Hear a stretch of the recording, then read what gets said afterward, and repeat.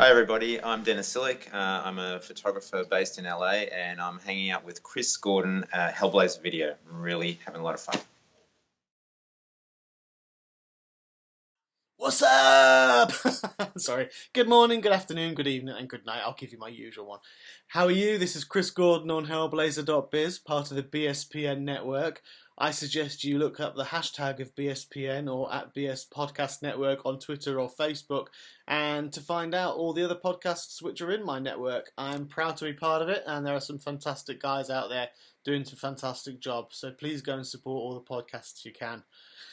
Well, what have I got today? Today I have an interview with a gentleman who is behind the camera for a change. Normally they're all in front of the camera. This time it's one who's behind the camera. People will know him. He has worked on Harry Potter series. He's worked Lord of the Rings. He did a lovely photography, and very different photography as well, of Daniel Radcliffe from Harry Potter through all his major birthdays. So rather than seeing the little happy Harry as it was, you actually got to see another side of Daniel Radcliffe, making him look older, making him look more mature. Brilliant work he's done. He's also done a really nice calendar of women, like Katie Sackhoff and Trisha Helfer, who are best friends. They're very good friends of Dennis's as well, and they always, they did calendar for charity, which is absolutely fantastic. And today we're talking about Dennys Ilic's new book, which is The Men of Science Fiction. He's worked on the shows such as Battlestar Galactica, and you'll hear about how the book came about, but it's a collection of photographs and that he has taken over his time of the men from the TV shows and the science fiction shows that he loves and that he's worked on. He's a huge fan himself. So without further ado, I introduce you to the fantastic, the wonderful, Mr. Dennys Ilic. So everybody, I have the absolute honour of Dennys Ilic and his company today, the renowned cinematographer and photographer extraordinaire based in LA. So, Dennys, hello. Hi Chris, how you doing? Thank you for that wonderful intro. You're welcome.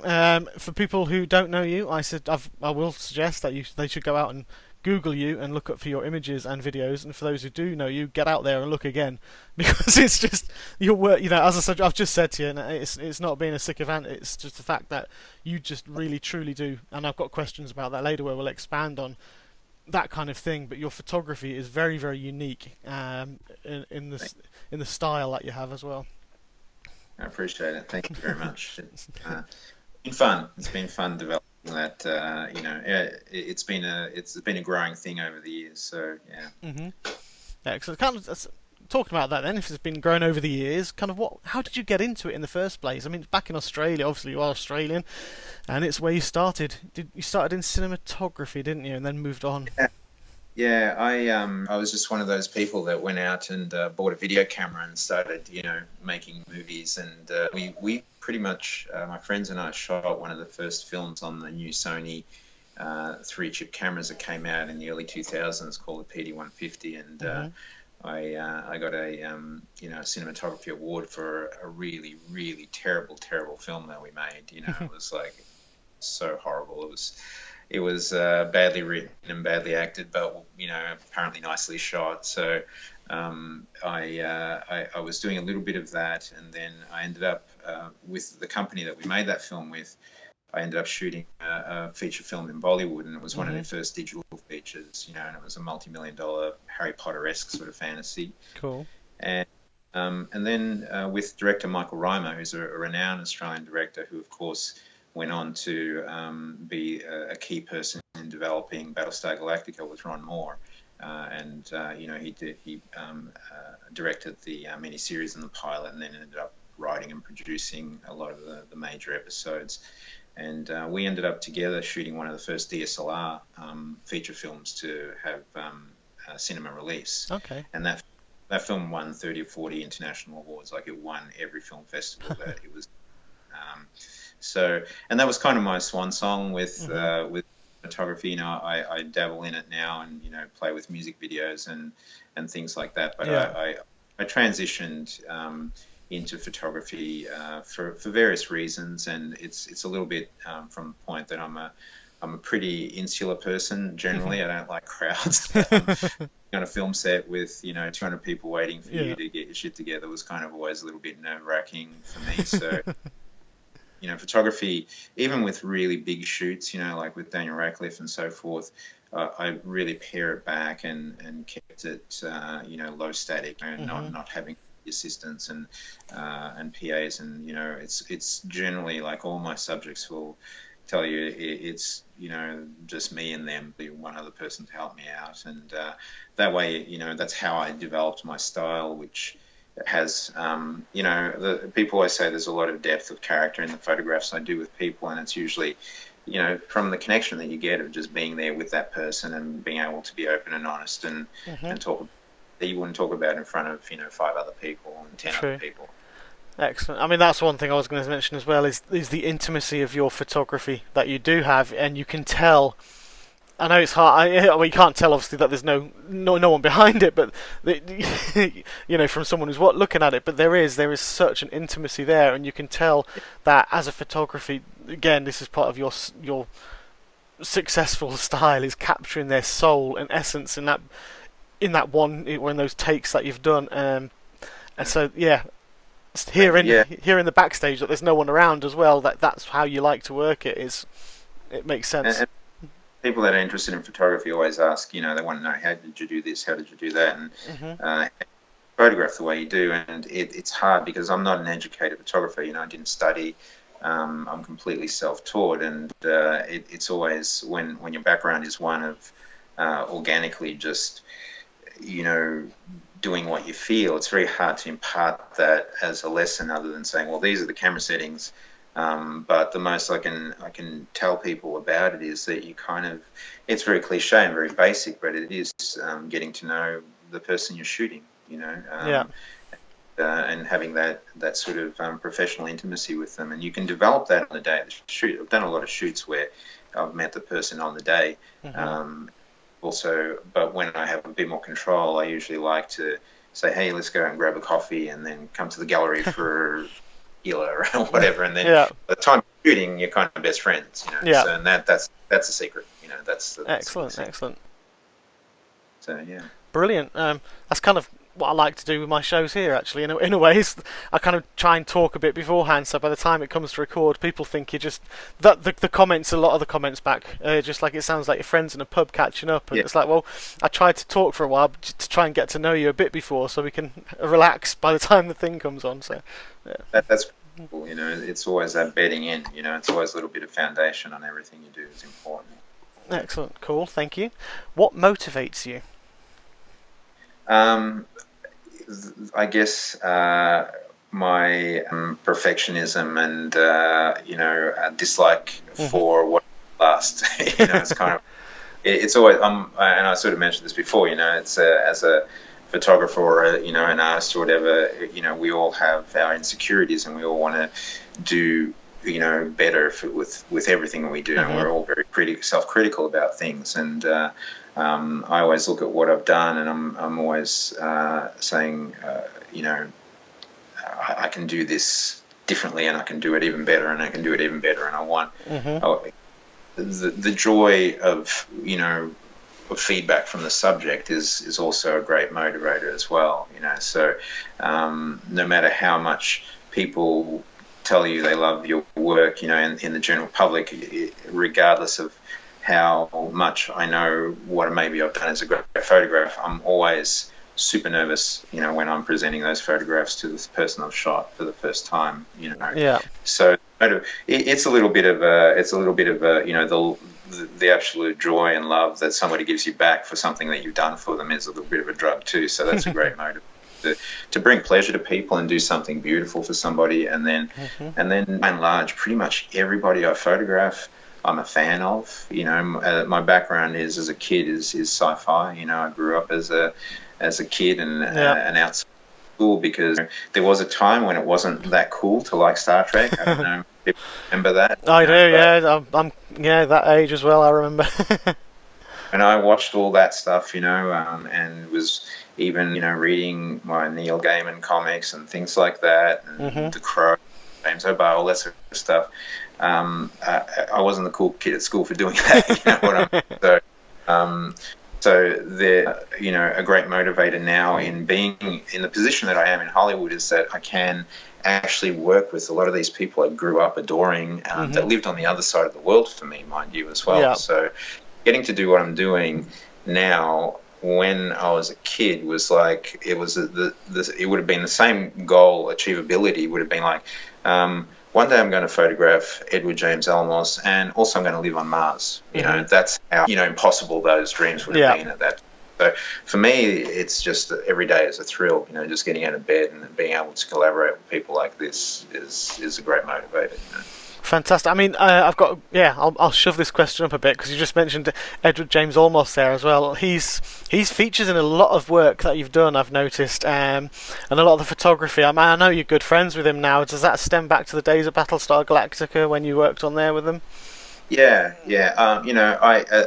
I grew up as a huge Blade Runner fan. I mean, Blade Runner is my favorite film of all time, and it's so I loved Eddie in that, and then Miami Vice, and then everything that he did after that. But then, of course, Battlestar Galactica was a real game changer, and brought him into huge awareness. Besides the fact that he's an incredible activist and humanitarian, and he's constantly doing good. I don't think people realize how selfless he is and how hard he works. Yeah, he is at it 24/7. You see him come up in a movie, and like he's in the new Predator films now as well. Yeah, I've seen that on there. Most people do that, and that's it. And he's off helping build schools and keep the waterways clean, and wow.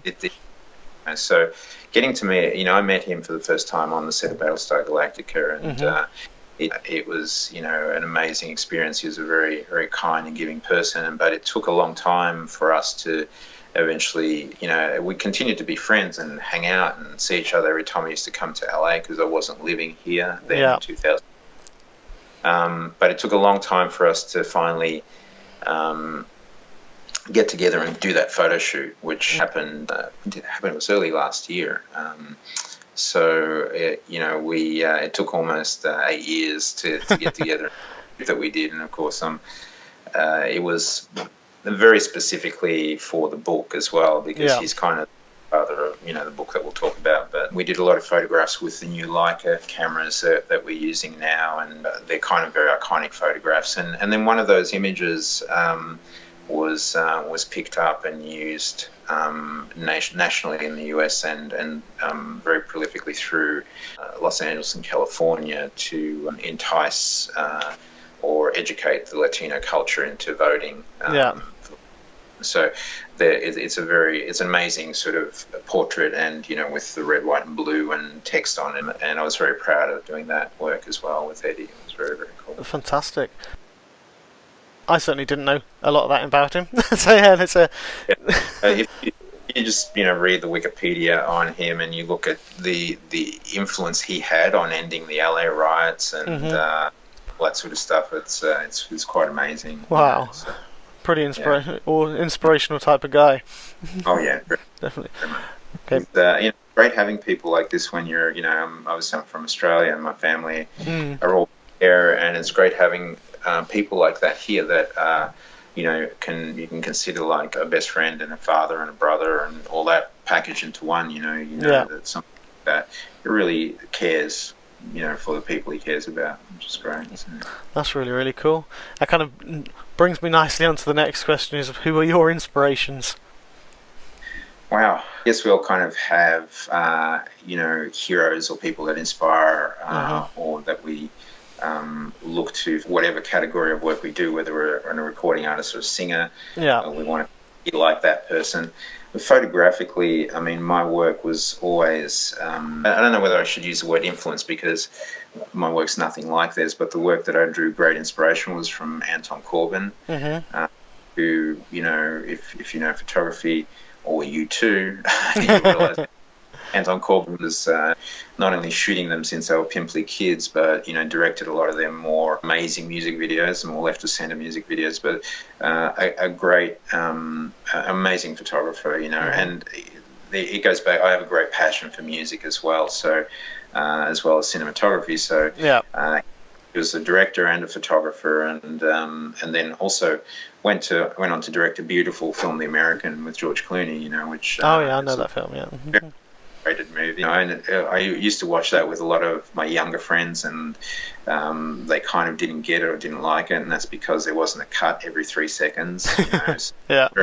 It was a film that was very much like a 70s style movie, where it was just paced and the scenes breathed, and you could take them in, and it was just beautiful film, and that's the kind of photography that he does as well. Right, and that's the kind of I like to do too. Yeah. There's a lot of people look at my photographs, there's always a lot of negative space around the photographs. By and large, they're all horizontal. They're all like a cinemascape. Right, okay. Architecture, even though the architecture isn't overriding in the images, there's always concrete and there's always something interesting that's mottled in the background, So, Anton Corbijn was a great sort of inspiration for me photographically, as are all the greats like Annie Leibovitz. I always loved her color grading and all that sort of thing. But I'm inspired by pretty much everybody around me. My friends inspire me. I think you can learn something from everybody, whether they've picked up a camera for I've got friends and people that are my assistants that are young photographers that want to sort of learn from me, and I always inevitably from them as well, because fresh mind going, and I'll be doing a shoot and I'll see their angle, and their angle's kind of better than my angle, so it's kind of like I'll go over there, I'm out of the way, and so. I think we can be inspired by every single person around us every second of the day, But photographically, there's a few greats there that I always look to, and and it's always great to find somebody to emulate and try to emulate, because you will never be able to do what they do. But what'll happen is that sense of beauty that you get out of them will be instilled with your sensibilities, and then you develop your style that way, So. Excellent. Thank you. There are some great names there, as you say. Well, I like what you say as well, that you can inspire yourself from people around you every day, because that's true. Because everybody's unique and everybody is special in their own way. So you're always learning and picking things up from other people. I've got Serena Volpe, who's on Twitter. She was asking, you've said you've worked on several major movie franchises, obviously like Lord of the Rings, Harry Potter. How did it feel to be working behind the camera with people and just actors like that on such a huge set? Yeah, it's sense as a fan, you kind of get, as I said, I always go back to the fact that, my background is just as a sci-fi fan, so to end up in these worlds, pretty exciting and pretty interesting. It doesn't take long after, I started off very early doing stuff with Village Roadshow and working on the red carpets for the production companies. So I would do shoots of the actors that were coming on press junkets and things like that. And it doesn't take long to sense that they are just normal human beings to become, within your thing. So there's always things as, one thing I very quickly sort of, stopped doing was trying to think of, what questions should I ask them, what should I say? What should I say? I can't make a fool out of myself. And just be yourself. And but it's always a thrill, in terms to meet somebody and that you've, again, with my age, you've grown up watching these films, watching these actors before. And enjoying their work and admiring them, and it's great to sort of get to that sense that these are just human beings that have normal lives and try to live normal lives. All strong sci-fi and fantasy aficionado that read books and all that sort of thing. It's really exciting. I worked with Daniel Radcliffe for 5 years, doing magazine covers, and I shot in London as well with him. And became very good friends with the family. That he's a very, an extremely kind, super intelligent, focused human being. You don't see him driving around in gold-plated Lamborghinis.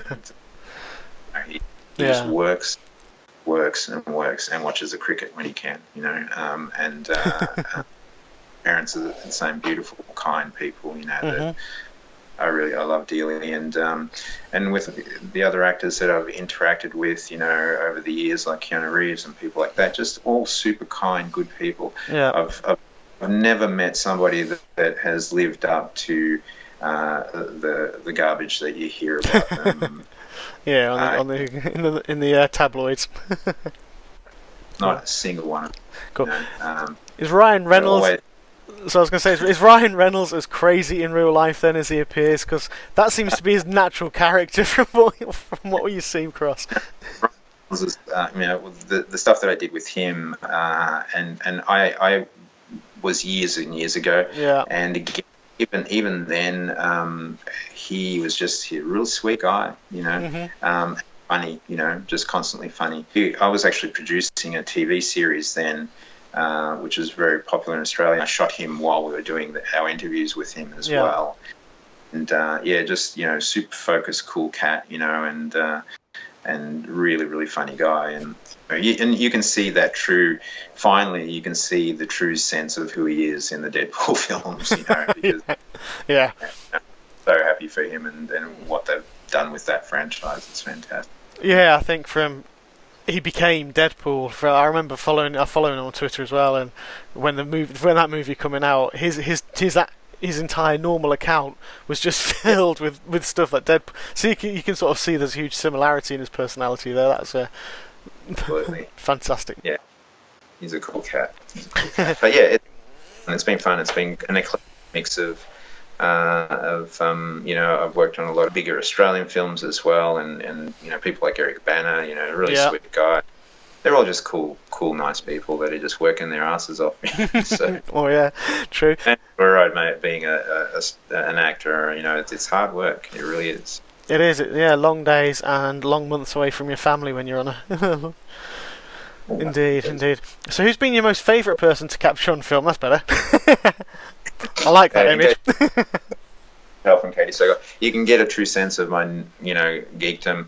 This is my station at home, and of course we've got one at our gallery as well. But you've got the unicorn from Blade Runner that I stare at all the time. The spinner from Blade Runner. My Tyrell Corporation cloth patch. What else have I got sitting here? I've got a Voyager, you know, so it's you know, that's me. Good to just put that down. Sorry, what was the last question? Yeah, that's fine. It's cool. That's an insight into Dennys's. Trisha Hale and Katie Sackhoff. So that's one of the photographs we did for a calendar that we're working on together, which, you know, proceeds go to charity. The calendars are still available, but that's also going to be very heavily featured in the next book that I do, so which we'll probably talk about. Yeah, I've got a question for that later. Spoilers. The question I had: who was your most favourite person to capture on film? Wow. You know, everybody's so different and so much fun to work with in different ways. I think probably the greatest fun that I've had shooting has probably been with Daniel Radcliffe, I have to say. And Trisha and Katie, I mean, if you feel like, this is a beautiful central photograph of two best friends, you know, everybody gets some, you know, really sense of kindness and spirituality and connection, and they ride Harleys together across America and raise money for charity and all that sort of stuff. In that photograph, a lot of people don't see is it just giggling, like you know, 10-year-olds just giggling, and that's what they are. You know, when these girls are in the same vicinity, they just become stupid fun. So the days, you know, photography is, you know, everyone sees pictures like this. Oh my God, you're so lucky doing.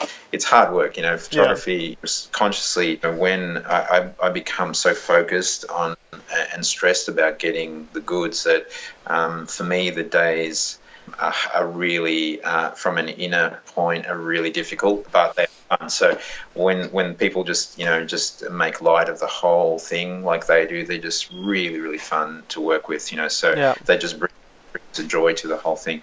And Daniel, in another way, Daniel is a huge music aficionado, as am I. We used to work a lot together. The shoots would always be about, you know, having really cool, loud music playing all the time to the point where you could barely hear yourselves talking, sort of thing, you know.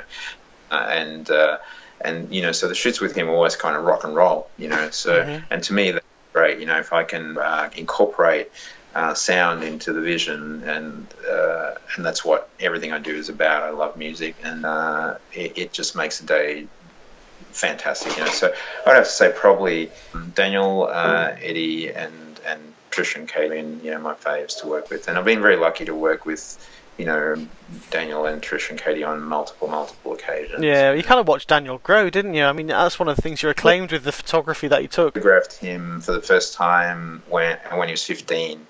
Right. On the eve of his 16th birthday, so we actually did the shoot and then went out and had his birthday dinner and cake. We actually bought cake out on the day. But, up to that point, all the photographs, when I was researching before we were doing the shoot, photographs I saw of him, he looked, like a 15-year-old kid, big smile, and he's, wearing bright colours and stuff like that. So when we did our shoot, and we did the first shoot in Australia, we created these sets we went and shut down a theme park and created these sets in, dirty old New York apartments with turntables and things like that, and put him in suits and leather jackets and T-shirts. And one thing that I love about Daniel is when he's happy and smiling, his whole body is smiling. And really beautiful. But if you look at my work and you go through my website, out of the 1,800 photographs, there's probably 3 of people smiling. I'm not a smiley guy. When it like the insular nature, the darkness, and all that sort of stuff. So when Daniel is within himself and really sort of not looking at the camera and deep in thought, he's just like a completely different guy. It's really beautiful. And so he, in those photographs when he was 15, he looked like he was 18. And I was getting a cavalcade of emails from people saying, you're making me think inappropriately about this young man. So the photograph. So, in a nice, it was in a fun way. I know what you meant. So photographed him, on, like the keystone, like 18th birthday, 16th birthday, 21st birthday, that sort of thing. So fantastic. Yeah, that is really, really good. I'm sure you've obviously had lots of interesting experiences throughout your career in photographing. Is there any there which stand out to you now that you can pass across? Any ones that were just funny? I mean, like you say, those two in the background giggling away must have been quite hard to tame. There's been a few interesting situations where even in my going back to my TV series production, I did a series in Australia called The Director's Chair, which I co-produced and shot and edited, and I did it with an interviewer who was my business partner at the time, and it was a very popular series on TV back there. And I remember doing interviews for A Mighty Wind, so all the key cast came in for that, and we did photographs afterwards as well. And Christopher Guest came in, and we were warned about Christopher Guest, that he's not, an easy person to deal with. Right. He as the funniest people in the world are the darkest people in the world. I remember him coming in and literally had his hands behind his back, and his head down, and didn't shake our hands or anything like that. By the time, because this show that we did it was all about the filmmakers more than the actors. We weren't really that interested, interviewing actors. I wanted to interview directors, producers, EPs, that sort of thing, because I was always interested in the filmmaking process, So by and large, again, when you get back to most of these TV series, it's all about fluff. And then all of a sudden, we're asking really interesting questions about the process, right down to the writing process and stuff like that. So when that interview was over, he came up and he clasped my hand with both his hands, and he said, "I wish they could all be like this." And then the head of publicity for Warner Roadshow came in like half an hour later to pack up, and she said, "What the hell did you do to Christopher Guest? He's in a really good mood." That was a really nice moment for me, and that's going back like 10, 15 years ago when they did that. But and I love those films, the whole, starting with Spinal Tap and all their movies are fantastic. But so there are these little key moments where you do things, and I remember working with Will Smith and him, seeing my name on the call sheet and really taking me to task about the way I spelt my first name. I won't try to imitate his voice when he was basically calling me a fancy pants because of the way I spelt my name. It was really funny. Yeah, there's been a few little things like that, and you always, when you interact with people have senses of humor. I love people with a sense of humor. It's, always makes the situation easy. So. Well, yeah, I can imagine. I'll go back to what you said as well. It's very true where you said a lot of the most funniest people in the world are the really, really dark. I mean, you got Rowan Atkinson and Stephen Fry who battle depression and stark contrast.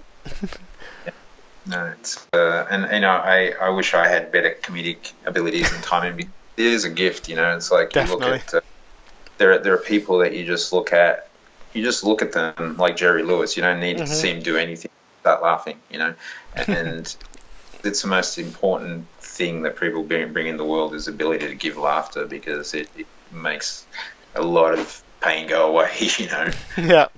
Oh, definitely. I think my son's actually picked up a lot of humour as well. He's got a brilliant knack for one line. I've got a 10-year-old, and he's got such a knack for one-liners. It's there's several times we've been out in the streets, and if with my mum, for example, and she'll just say something, and he'll just drop this one-liner that has us crying because he's just perfect. I'm sure he'll be a comedian when he's older. He's just got the timing perfectly.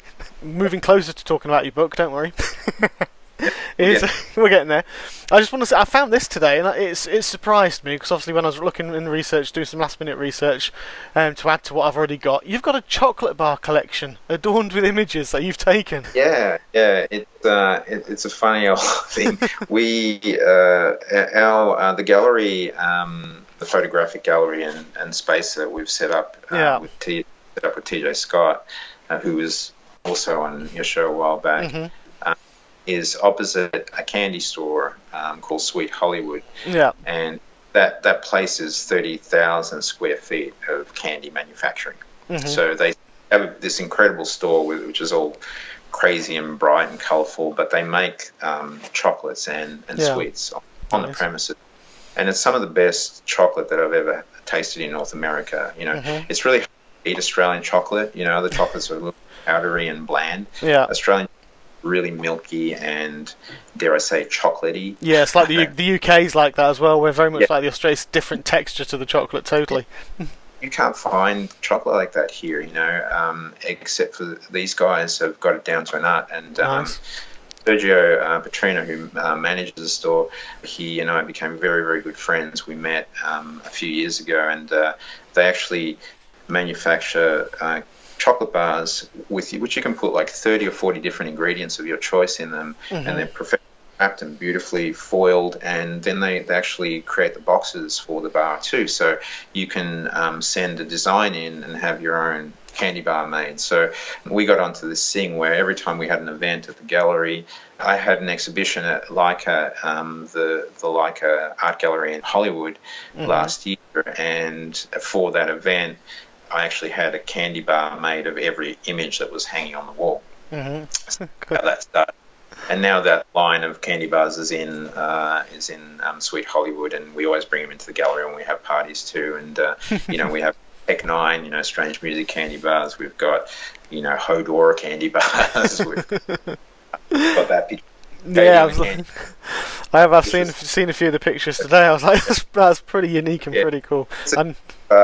A little bit left of center, sort of kind of fun marketing thing, but everybody loves it. Cinematic Pictures Group, which is our company, we have these candy bars, and they're all black with our logo and our contact details on the back, and that's essentially a business card. I could probably awesome. Go get some to show you if you want.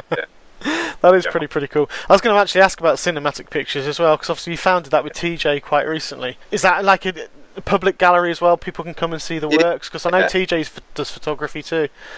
Yeah, we have opening hours 11 till 6, Tuesday to Sunday, inclusive, and it's. I do, if you follow me on Instagram or Twitter, I do a lot of Instagram live streams from it, just to show face. What we wanted to do is make people kind of go weak at the knees when they walk through the door. So all the images on the wall, like that picture of Trish and Katie, the shots that we've got from the TV series Longmire, they're all at least like 5 foot inside, or 90-inch by 60-inch, which is huge. And they're mounted on archival acrylic, so they kind of suspend like they're hanging from glass an inch from the wall. So there's so many art galleries with little, 100 little photographs on the wall. We just wanted to go boom, boom, and we have one photograph that we did on the set of Longmire, which is a really epic panorama, and it's 13.8 foot wide. Whoa. So we really pushed the limits on printing and mounting with that one. Yeah, I can imagine. I think the only thing I've seen ever near big enough is one of the castles in Wales near me, where they've got an old tapestry, which is about the same. Or they've got a paint. Actually, you probably like that. I'll have to try and find a picture of Penryn Castle. It's a perspective painting, so I'll try. It must be about 25 foot long on the wall, but the perspective, it's all perspective. So you stand one end and you can, and it's just brilliant. I'll try and find a picture for that, because it's probably right up something that you'd like. Yeah. You can picture it and imagine. Cool. Yes, absolutely love to see it. But yeah, the gallery's open, and we do have events there as well. We're going to be having a launch for the book next month, and a few other launches through May and so forth. But it's a space that's been designed for events as well. So we have a sound stage there, and a really great setup for live gigs for bands. So all our equipment set up via PV, and it's a pretty cool place. Everything, pretty much, the walls are black, the floors are black, the ceilings are black. So it's just the prints pop from the wall. Yeah. So that's pretty awesome. Cool. Yeah. Cool. And moving on, because your work, I mentioned this before as well, your work is actually sublime, and to coin a term that's been used is you capture the very essence of a person's soul on the film. So how did you develop that style and eye for detail? Because it is very, very unique in the world.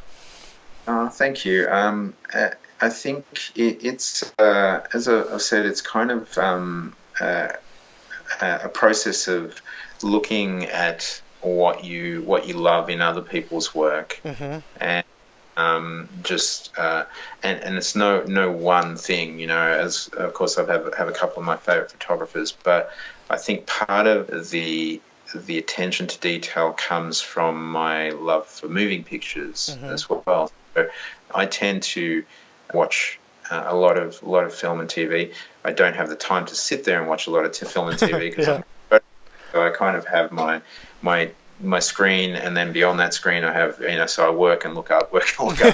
Yeah. So you kind of get into this habit of not having to rewind too often, but trying to draw a lot of detail out of those moments that you can look up. I've been doing work that way for years because I don't have the luxury of time. But then there is a whole other level of making sure everything is right when you're shooting a movie, because it's very hard to fix things in post. If you've got moving pictures, something going on in the background that you didn't pick up can be catastrophically expensive to fix, whereas with Photoshop it's just like clone tool and it's gone. So we're starting in a background of working in moving pictures kind of helped that, and also influenced the style of work that I do. I very rarely turn my camera on the side and shoot vertically, because it doesn't feel big, it doesn't allow you to incorporate the atmospheric architecture that I love to have in the backgrounds of my shots, and B, it doesn't sort of really sit that well in books if you're going to have a horizontal. Most of the books that TJ Scott and I do tend to be kind of, even if they're square books, the photographs tend to be panoramic inside them. So we need to always, we always sort of think in film mode, movie mode, I should say, when doing stills.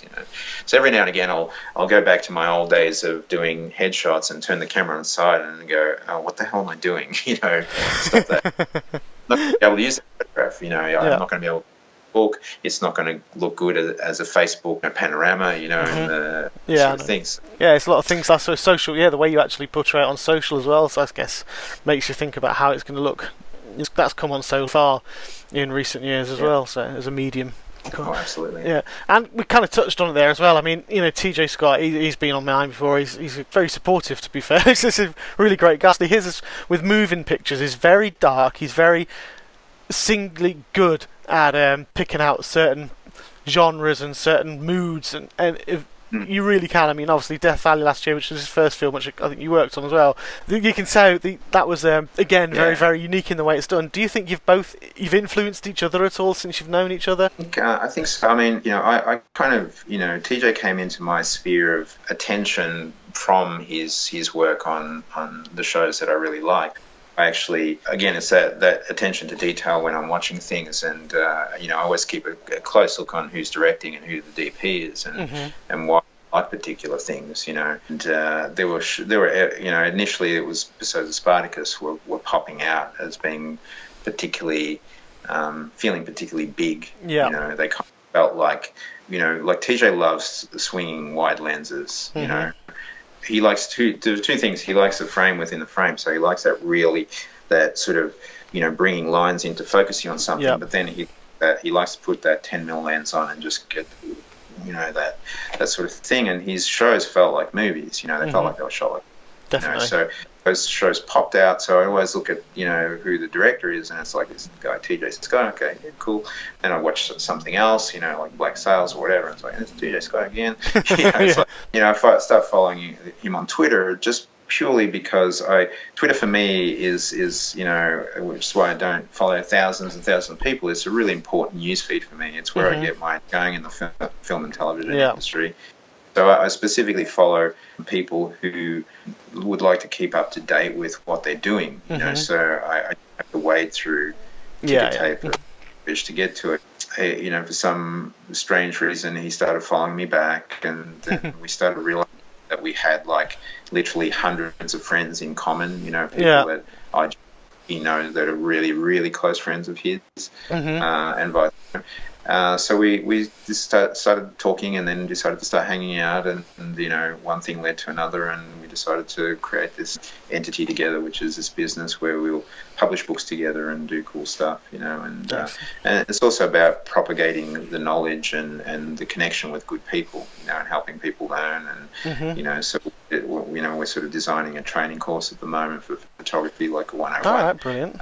And I will try to figure out some way of imparting what I do onto people.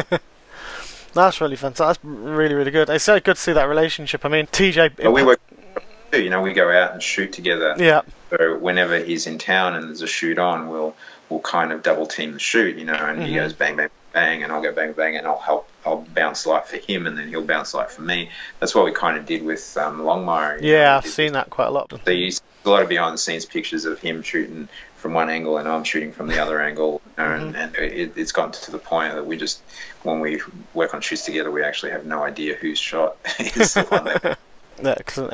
Well, TJ always holds still in my book, because when I spoke to him last year, he imparted a piece of information to me, and I've never forgotten it, because it was when my head suddenly, that moment of pride, because when I was trying to talk to him, he'd been speaking to Angelica Salea, who has obviously been on my show, and he told me that they were on the red carpet of Death Valley, and Angie was talking to him, and he'd mentioned that he'd had Chris Gordon asking him to be on his show, and she said, he's such a sweetheart, you've got to go on it. And so I thought, you've been talking about me on the red carpet to the premiere of your film in LA. That that was it. That was it. My year was made.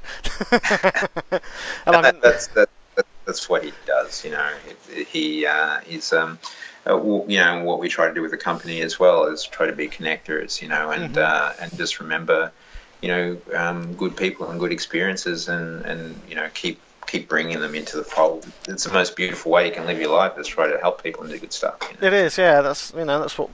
Yeah, with all the evil in the world, to actually go out and help people and give is, I think, the biggest thing we can do. As I told somebody recently, I try to live my life in a way that is going to make people really, really pissed off when I pass away. So if you're going to be really pissed off because you're not around anymore, then you're trying to do some good. It's a little bit selfish, because you want to make people pissed off when you're dead, but it's just what we all should be doing. No, I totally agree. I understand exactly what you mean. Okay, so moving on to your latest release, finally, after I'm sure you're sitting there going, oh, thank God for that. Obviously, The Men of Science Fiction is the new book that's coming out, which is obviously portraits of all of, obviously the men of the shows that you love. How did that idea come about? How long has it been in the works? Yeah, it's been in the works for Well, when you think about the people that are in it, literally, like the photographs of Aaron Douglas, for example, the chief from Battlestar Galactica, and who's gone on to do a lot of things since, is literally one of the. Just let me grab the book, so I've got it close by here.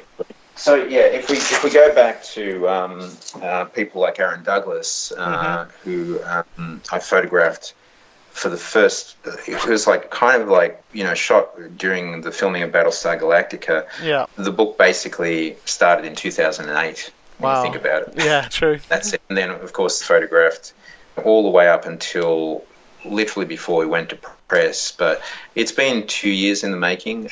Pretty much the last shoot that I did was the most important one, which was of Edward James Olmos. Yeah. So it was. It's been a long journey. Obviously we did a Kickstarter for it as well, and that was very successful. And we had a few hiccups along the way in the production and so forth, which sort of delayed our shipment of the book. But we finally got them. We were addressing boxes yesterday at the gallery and so forth. It's been a long journey, but I first got this idea a few years back when I was with my production partner in the book, Ken Meir, who is a very, very dear friend of mine, has been for 20 years. And, he was kind of my sort of design sidekick and helper and specialist doing the Daniel Radcliffe shoots as well. He's a very, very cool cat. He's not a photographer, but he's he's a restaurateur and hugely internationally traveled and highly intelligent, worldly person. So his sense of style and fashion and ability to discuss anything is really paramount, and so we would design these photo shoots together. So and a lot of the stuff we did, we kind of came up with the idea to do this book when we were at Comic-Con. Right. And I came up, he was a fan, and she was showing us these photographs that she had just probably spent about $1,500 on, getting signed. It was like a stack of pictures, and they're kind of in a folder, and they're falling on the ground everywhere and stuff like that. And I was like, it'd be cool if all that stuff was just in a book. Wouldn't it be just great to just put it in a book and you could sort of go around and collect signatures in the book? Yeah. That's kind of where the idea came from initially.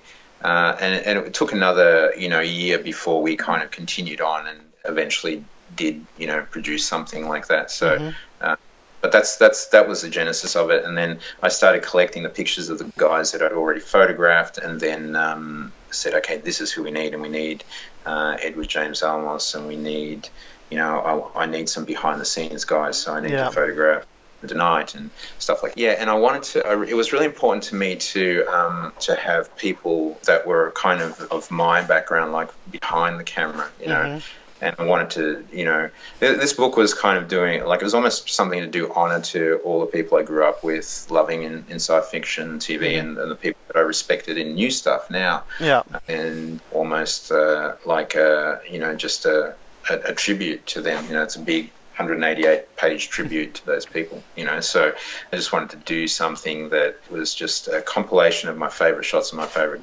guys in the world. And of course, we're doing, the next one will be the women of sci-fi, and I've got my whiteboard here has got, like who I've got and who I need.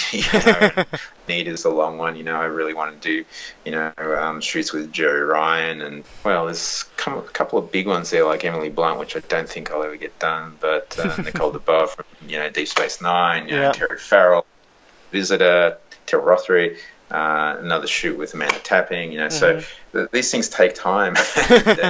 So yeah, it was a long journey when you consider who the very first person I shot. I'll bring those girls back again if I can. Who the very first person I shot, literally on the set of Battlestar Galactica, was Aaron Douglas, followed by James Callis, followed by Jamie Bamber. And that's kind of the genesis of my whole life here. That's how it all started, was in 2008 on the set of Battlestar. So. Oh, fantastic. It's a nice long piece. And as someone who goes to the cons, and I wouldn't have a pile that big because I can't afford them. So I'm very selective, but even with the 3 or 4 that I managed to get, I'll still find it fit in a book. But I will think I will be purchasing your book, and I'll definitely be purchasing the women one. Yes. It's like, we love this idea of the men of sci-fi book, but when you're doing the women, when are you going to do? So that'll be the next. But I've already got such a big chunk of stuff ready for the Men of Sci-Fi. I find photographing women a little bit more nerve-wracking than guys, because there's a little bit more art to what I want to do with photographing women. Yeah. Guys, they just roll out of bed and scratch their heads. They got 3-day growth, and you go out to the LA riverbed and you get awesome shots. Yeah. It's fun thing. But I'm always very conscious about doing really beautiful and something ethereal. Well, women, tend to be way more intelligent than men. I'm not denying that. And it requires some thought and effort to do something worthy in a photo shoot. I need a decent concept, so that's why I'm always slower with shooting women than I am with guys, because like I said, the guys are just like, just be there at 3:00, bring a tie. Exactly. Yeah, we'll roll out, we'll do it, it's fine. But hours go into getting the women right. And I know the image you've got back there, and I have seen other images that you've done of Katie and Trisha and Amanda as well, and they are I'll say, I just can't stop saying how exquisite the photo. Even the men, even those ones, they sing out the screen at you. When obviously I'm looking at on the screen, but they just jump out at you. No matter who you're photographing, there is that image, and you just drawn straight in. It's great. Thank you so much. I appreciate it. If I don't, you may take a lot of photographs to get those few or that one that really does that. If I can't get that shot, then you don't see it. So I always work to get that shot. And it comes down to a mixture of everything coming together on the day. So. And I've sort of changed my shooting style a little bit. Technically, TJ and I shoot with Leica cameras now. This isn't meant to be a plug or anything like that, but I always found that with the DSLRs, like the Canon that I used to use, it would be a lot of work to find the shots, because just because you'd shoot a lot. It's like having gun, just like bam, bam, bam, bam, bam. And I'd come back from a shoot and I'd have 1,600 or 2,000 photographs, and out of those, wading through that is a big job to find the ones that you really feel and they are not necessarily technically correct. Stuff with a bit of movement and a bit of focus issues, just as beautiful for me. I get cast by some professionals in the industry for putting out stuff that I think is awesome and people love, because not technically the ones and zeros aren't right. It's not technically perfect or sharp, but that matters very little for me. And it's part of the reason why I love Anton Corbijn so much. Is one of his sayings is that focus is overrated, or sharpness is overrated. So he would do really cool stuff like use Kino Flow, the big fluorescent tubes. He'd use low lightings in the middle of a field rather than flashes and things like that. It comes back to that filmmaking sensibility. But with the Leicas, in its construction and in the history of the camera, they developed the 35mm camera film system and everything. There's something special when you pick up those cameras. It's like picking up a piece of art to make art. So what I was finding when I would go out with the Leica is I come back with 250 photographs. 100, and 249 of them were great, so to speak. Whereas 60% of the ones with machine gun were and the rest just you wouldn't use. So there's this whole thing even though the Leica is a digital camera, there's this thing where I'm very thoughtful about each photograph that I take now. I feel like I'm shooting film, and I can't waste film because it costs money to develop. So just when you touch a Leica, that's kind of. And I'm not saying you need to have a Leica to do beautiful work, but it's kind of the way one of the only ways really the equipment has fed back and influenced the way I shoot. That happens rarely, and I'm a really big advocate that if you're a creative person, you can go out there with a shoebox and a pin and get a beautiful photograph. But it's both TJ and I's shooting style has become more thoughtful in that respect. So. Excellent. I was going to show you this. This is unfortunately my creativity. This is I don't know if you can see. This is my goldfish. If you can see it. That's one hell of a goldfish. Well, yeah, we moved his tank now. I was just thinking when you're talking about that, I was thinking, yeah, I've got no creativity when it comes to photo taking at all. I took that one tonight though. This is just my iPhone. This is nothing. Oh wow, that's beautiful. Where is that? That's it's the light's shining on it. It's strange. Hang on. It's North Look at that. Wales. It's Llandudno in North Wales. The sunlight's shining over the peninsula. The rays coming out, stunning. Yeah, and the town down here is where I live. So That's you drive past that every day to work or from work? yeah, or... I'm coming back from work. Yeah.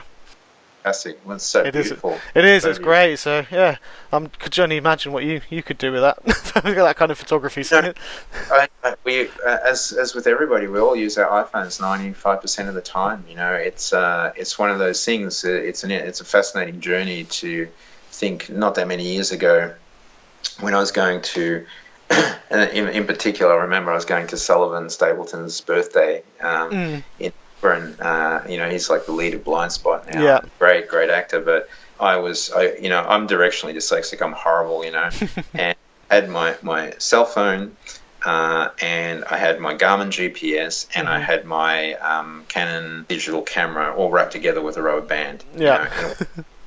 And I was using the GPS to find where I was, and I was ringing people with the cell phone. When I got there, all that stuff got put over there, and I was taking pictures with this camera.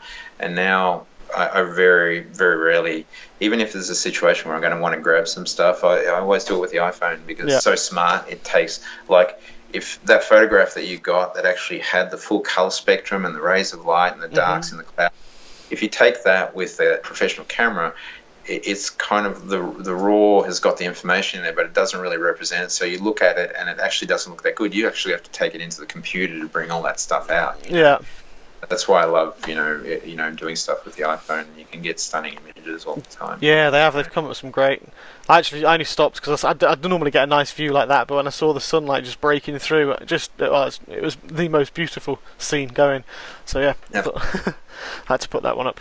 But yeah, my goldfish. That's what I sit there. I sit and watch TV now, and I turn because we've got a new tank, and turn my head, and he's sat there staring at me like that. How old is he? About 4. We won him in a fair 4 years ago. And he's about that big now. Hang on a bit. About that big. It's quite a size. Got a 55-litre tank just for him. So I don't know how many gallons that is. He's a big fella. Excellent. So, in wrapping, is there anything you'd like to say to the people who are watching and listening? I actually grabbed this book just for you to have a look at that, so you can see what we're talking about. That's the actual book.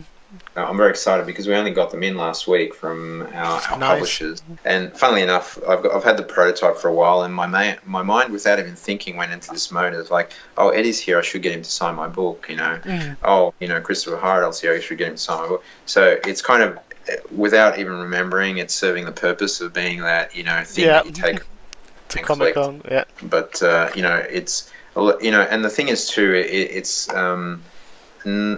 it's kind of like, there's a lot of different genres in here, like not specifically science fiction, like, Peter Shinkoda, like he was in Falling Skies. Probably one of my favourite photographs of him of all time is that one there. That's a nice one.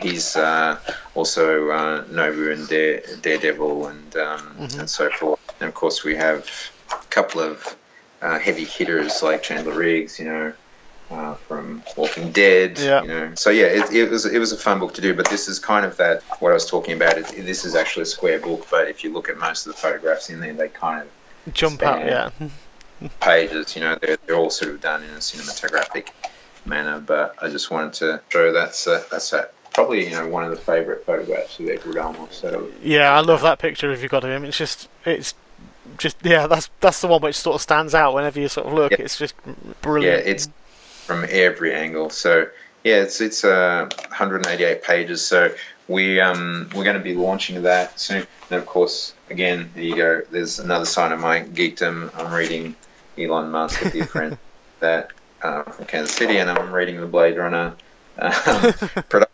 1980. So it's quite different to what ended up being on the film. So I'm getting excited, and getting ready for the new Blade Runner film. So yeah, that'd be good. But if people can sort of track us down and follow on social media. We do a lot of cool stuff at the gallery. We'll be once all the Kickstarter people have their books, which should be in the next week or two. We'll be selling and shipping to to anybody else that wants to buy. You can actually go and pre-order it on, you can find links on the Cinematic Pictures website. Cool. Things like that. So, I'll share that out with us as well. That'd be great. So I'm just really happy to be here and chat to you and dredge up all those old memories from shooting. Thanks, Dennys. I really appreciate that, and I really appreciate your time, and I enjoyed that interview. It was fantastic learning about all those stories behind the scenes and to find out the difficulties and the challenges that come with making just still photography of people. Trisha and Katie giggling away is going to last in my mind for a long time to come. Anyway, I hope everybody enjoyed that. This has been Chris Gordon. You've been watching or listening to Hellblazer.biz, part of the BSPN network. Sayonara.